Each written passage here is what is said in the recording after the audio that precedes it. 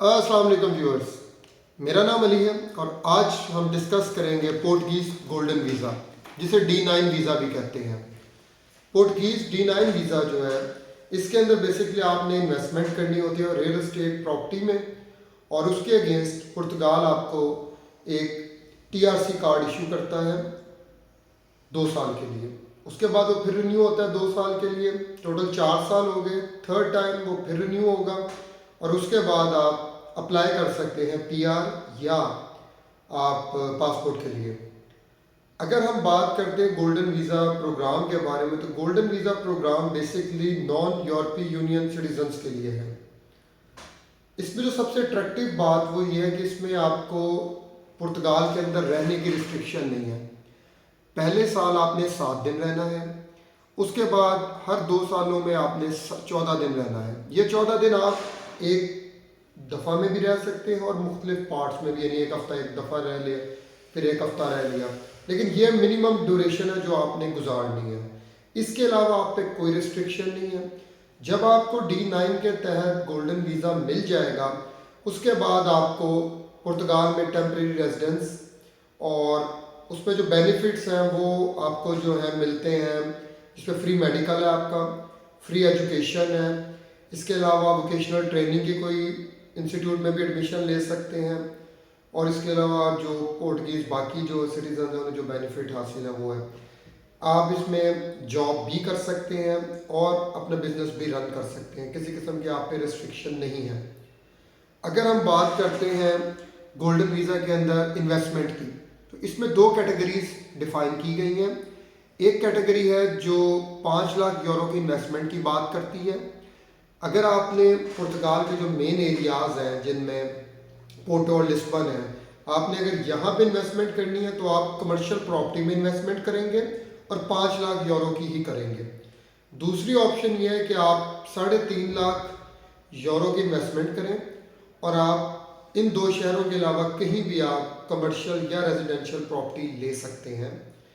शर्त यह है कि ये 30 इयर्स के लिए ये प्रोजेक्ट हो। अब अगर हम बात करते हैं गोल्डन वीज़ा में चेंजिंग्स की, तो कुछ अर्सा पहले गोल्डन वीज़ा के अंदर कुछ चेंजिंग्स की गई और उसमें 2021 में एग्जैक्ट था 12 Feb 2021 में कुछ चेंजिंग्स की गई। 14/2021 रूल का नाम है लॉ का, जिसके तहत चेंजिंग्स की गई और ये बढ़ा दी। इससे पहले ये कम अमाउंट थी, 3.5 लाख थी और गालबन 2.5 लाख थी यूरो। इसके अलावा फिर दोबारा इसमें चेंजिंग्स की गई 13 जुलाई 2017 को 208/2017, और इसके तहत जो 2 टेरिटरीज हैं पुर्तगाल की, अजोरीज और मडेरिया, इन दोनों में आप प्रॉपर्टी नहीं खरीद सकते ये रिस्ट्रिक्शन आने के बाद। इसके अलावा एक और भी उन्होंने जो लो डेंसिटी एरियाज थे उसको प्रमोट करने के लिए नया रूल भी अप्लाई किया गया। उस रूल के तहत आपको 20% का डिस्काउंट दिया जाता है सिर्फ आपकी 3,50,000 वाली प्रॉपर्टीज़ में। उसके लिए गवर्नमेंट ने जो है कुछ एरियाज़ डिफ़ाइन किए हैं जिन्हें नट्स 3 भी कहा जाता है। इन एरियाज़ को आइडेंटिफाई इस तरह किया जाता है कि वहाँ पे हर 1 किलोमीटर बाय 1 किलोमीटर के रेडियस में अगर 100 से कम रेजिडेंट रहते हैं, एक क्राइटेरिया ये है, और दूसरा क्राइटेरिया कि उस एरिया के लोगों की जो ग्रॉस डोमेस्टिक इनकम है वो 75% हो नेशनल एवरेज से, लेस देन 75% हो नेशनल एवरेज से। नेशनल एवरेज इस वक्त लो मिनिमम सैलरी जो चल रही है 760 यूरो चल रही है। अब हम आते हैं इसके अंदर, आप जो है प्रॉपर्टी किस टाइप की होती है। प्रॉपर्टी अमूमन जो इस वक्त कंसल्टेंट बेचते हैं ज़्यादातर, और उनकी कोशिश होती है कि वो बेचें, वो है बाय बैक ऑप्शन वाली प्रॉपर्टीज़। एक है इंडिपेंडेंट प्रॉपर्टी। आप किसी भी, आप कोई अपार्टमेंट ख़रीद लें, कोई आप छोटा सा इंडिपेंडेंट हाउस ख़रीद लें, या कोई भी मतलब है एक बड़े वाले जैसे आपके होते हैं वहाँ पे मुख्तलिफ एक कम्युनिटीज़ होती है जिसमें एक जैसे अपार्टमेंट्स होते हैं और छोटे छोटे हाउसेज होते हैं, इनफैक्ट 2 स्टोरी। उनमें से आप अपर स्टोरी आप एक्वायर कर लेते हैं, ग्राउंड फ्लोर कोई और एक्वायर कर लेते हैं। तो ये 3-4 तरह की प्रॉपर्टीज़ होती हैं जिनमें से आप कोई भी एक्वायर कर सकते हैं। इसे हम कहते हैं इंडिपेंडेंट प्रॉपर्टी। जबकि दूसरी प्रॉपर्टी वो है जिसको हमारे कंसल्टेंट हजरात बेचने में बहुत ज़्यादा इंटरेस्टेड होते हैं, वो होता है बाय बैक ऑप्शन के साथ। वो आपको किसी होटल के प्रोजेक्ट में या किसी आपको जो है कंबाइन प्रॉपर्टी लेके दे देते हैं और कहते हैं जी अब आपके एक रूम आपका है, यह रूम जो है आप इसको रखें, जब आपका गोल्डन वीज़ा आपको पासपोर्ट मिल जाएगा तो उस वक्त आप इसको बेच दें, या जब ये बिल्डिंग बिकेगी पूरी तभी बिकेगी।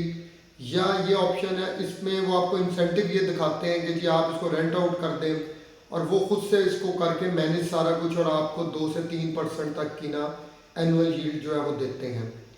इस प्रॉपर्टी का नुकसान ये है कि आप इसको बेच नहीं सकते अपनी मर्जी से, आप इस प्रॉपर्टी में रह नहीं सकते। वो आपसे एक एग्रीमेंट कर लेंगे, साल में आप गालबन 14 डेज मैक्सिमम इसमें रह सकते हैं, या कुछ जगह इससे ऊपर नीचे भी हो सकता है। या कुछ यहाँ पाकिस्तानी कुछ ऐसे कंसल्टेंट्स हैं जिन्होंने अपने वहाँ पे कुछ प्रोजेक्ट स्टार्ट किए हुए हैं, तो उनकी हर मुमकिन कोशिश है कि वो उन्हीं प्रॉपर्टीज़ को बेचें। मैं आपको यहाँ पे ये टिप दूंगा, आपने जब भी आपने कोई प्रॉपर्टी वहाँ ख़रीदनी है तो आप बराए मेहरबानी इंडिपेंडेंट प्रॉपर्टी खरीदें, ताकि आपको उसकी प्राइस का आइडिया हो। यहाँ पे कंसल्टेंट क्या करते हैं, वो एक ही प्रॉपर्टी है उनके पास और वो उसका आप किसी और प्रॉपर्टी के साथ कंपैरिजन भी नहीं कर सकते, और फिर वो आपको जैसे मैंने कहा बाय बैक ऑप्शन में ला के, तो वो आप उसको कल को बेचने में भी आपको डिफ़िकल्टीज़ हैं। तो इस किस्म की प्रॉपर्टी से आप बचें और कोशिश करें कि इंडिपेंडेंट प्रॉपर्टी आप लें। अच्छा, ये जब आप कोई भी केस अप्लाई करते हैं तो केस टू केस ये डिसाइड होता है कि आया ये 280 वाली कैटेगरी में फॉल करेगा या नहीं करेगा। कोई परमानेंट इस तरह के रीजन्स जो है वो आइडेंटिफाई नहीं है एज़ पर लॉ, लेकिन वक्त के साथ साथ जो वहाँ पे जो अच्छे ब्रोकेज हाउसेज हैं रियल एस्टेट के, उन्हें आइडिया है कि कौन कौन से एरियाज इसमें फॉल करते हैं।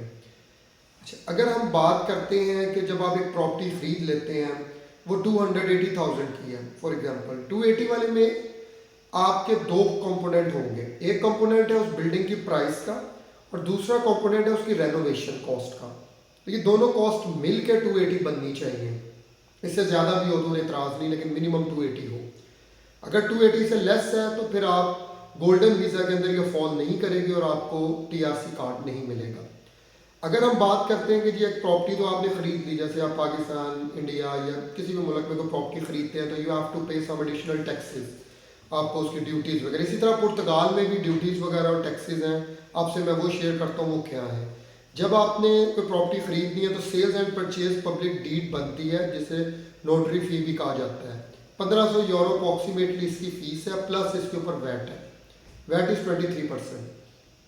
रियल एस्टेट रजिस्ट्री की जो फ़ीस है गवर्नमेंट की वो है 225 यूरो।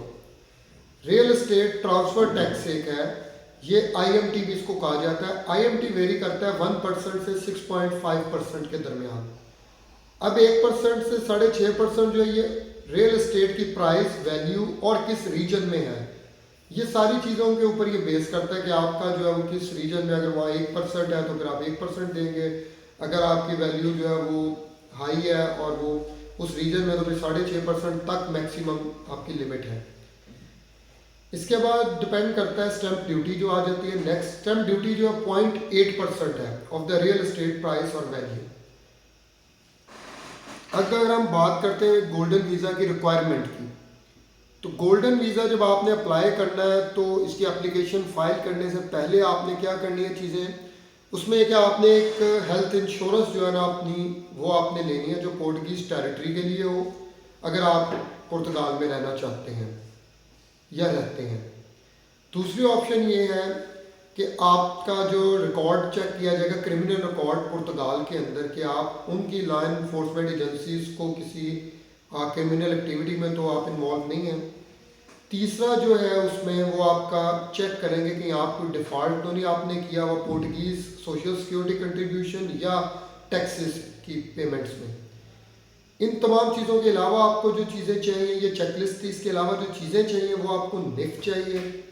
निफ नंबर सबसे इम्पॉर्टेंट है। निफ नंबर के बाद आपका खुलेगा बैंक अकाउंट, पोर्टुगीज़ बैंक में बैंक अकाउंट खुलेगा। जब ये बैंक अकाउंट खुल जाता है उसके बाद जो ख़रीदार है, जिसे आप इन्वेस्टर भी कह सकते हैं, वो खुद या अपने अथोराइज रिप्रेजेंटेटिव के ज़रिए कोई प्रॉपर्टी चूज़ करेगा और उसकी जो है पब्लिक डीड उसकी बनाएगा, या नहीं जा सकते मैंने कहा, तो वो अपने रिप्रेजेंटेटिव के थ्रू ये काम करेगा। नेक्स्ट स्टेप है, आपने उसके बाद जो है पैसे ट्रांसफ़र करने हैं। पैसे जो ट्रांसफ़र हैं वो आपके अपने बैंक अकाउंट से होंगे, और ये जॉइंट अकाउंट नहीं होगा, ये इंडिविजुअल अकाउंट होगा। इसके अलावा जो गोल्डन वीज़ा के तहत जो आप प्रॉपर्टी ख़रीदेंगे, ये प्रॉपर्टी 5 साल तक, यानी जब तक आपको पासपोर्ट या PR नहीं मिल सकती, आप इस प्रॉपर्टी को बेच नहीं सकते। यानी आपकी इन्वेस्टमेंट रहनी चाहिए। अगर मैं फिक्रे को थोड़ा सा रिफ्रेश करूँ तो एक सूरत इसमें यह ज़रूर मुमकिन है कि अगर आपने एक प्रॉपर्टी आज 280 की ख़रीदी, थोड़े अरसे के बाद वो गवर्नमेंट उस शरह को नहीं बढ़ाती और वो 280 ही है, और आपकी प्रॉपर्टी, क्योंकि इस वक्त पुर्तगाल में प्रॉपर्टीज़ की प्राइसेस बहुत तेज़ी से ऊपर जा रही हैं, अगर आपकी प्राइसेस प्रॉपर्टी की प्राइस फॉर एग्जांपल 300 प्लस चली गई और आप कहते हैं अच्छा यार मैं इसको बेच दूँ और इसमें से 20% जो है ना वो मैं मतलब 20,000 यूरो में निकाल लेता हूँ और दोबारा से 280,000 की प्रॉपर्टी ले लूँ, तो इसकी भी उसमें प्रोविजन मौजूद है। इसके बाद हम मज़ीद आगे आते हैं कि आपकी जब एप्लीकेशन फ़ाइल होनी है तो उस वक्त क्या स्टेप्स होंगे। जब आपकी एप्लीकेशन फ़ाइल आपने करनी है, आपने NIF नंबर भी ले लिया, आपने डीड भी एक साइन कर ली, आपने बैंक अकाउंट भी खोल लिया, पैसे भी ट्रांसफ़र कर दिए, अब आपने आना है ऑनलाइन, आपने अपने जो सारे डॉक्यूमेंट्स जमा करवाने हैं वीज़ा एप्लीकेशन की सूरत में। इसके बाद जब आपकी ऑनलाइन सबमिशन हो जाएगी तो फिर सेफ की तरफ से आपको जो है वो एक ईमेल आएगी, और आपने इनिशियल फ़ी जो है 539.66 यानी 540 भी आप यूरो कह सकते हैं, वो आपने पर पर्सन के हिसाब से जमा करवाने, जितने भी आपके फैमिली मेम्बर्स हैं। इसके बाद सिर्फ आपको एक डेट देगी, उस डेट पे आप जाएंगे, अपने ओरिजिनल डॉक्यूमेंट जो आपने आगे ऑनलाइन सबमिट किए थे वो अपने साथ लेके जाने हैं।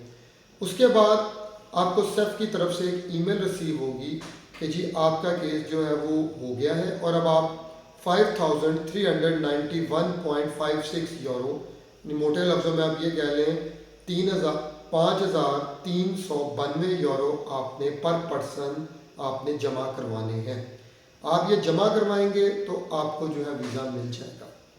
इसके बाद हम आगे आते हैं फैमिली रीयूनियन।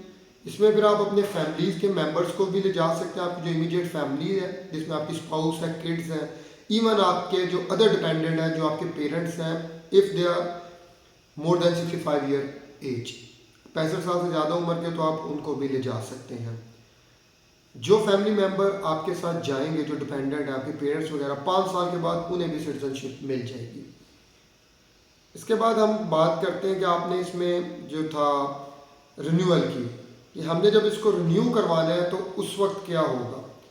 2 साल के बाद जब आप इसको रिन्यू करवाएंगे तो उस वक्त जो रिन्यूअल की फ़ीस है वो भी अगेन आपने पे करनी है। वो भी 2 फीसेस हैं। एक फ़ीस है उसमें आपकी 540 यूरो, और जो आपकी दूसरी फ़ीस है वो है 2,663 यूरो। ये है जी गोल्डन वीज़ा का कंप्लीट प्रोग्राम मैंने आपसे डिस्कस किया।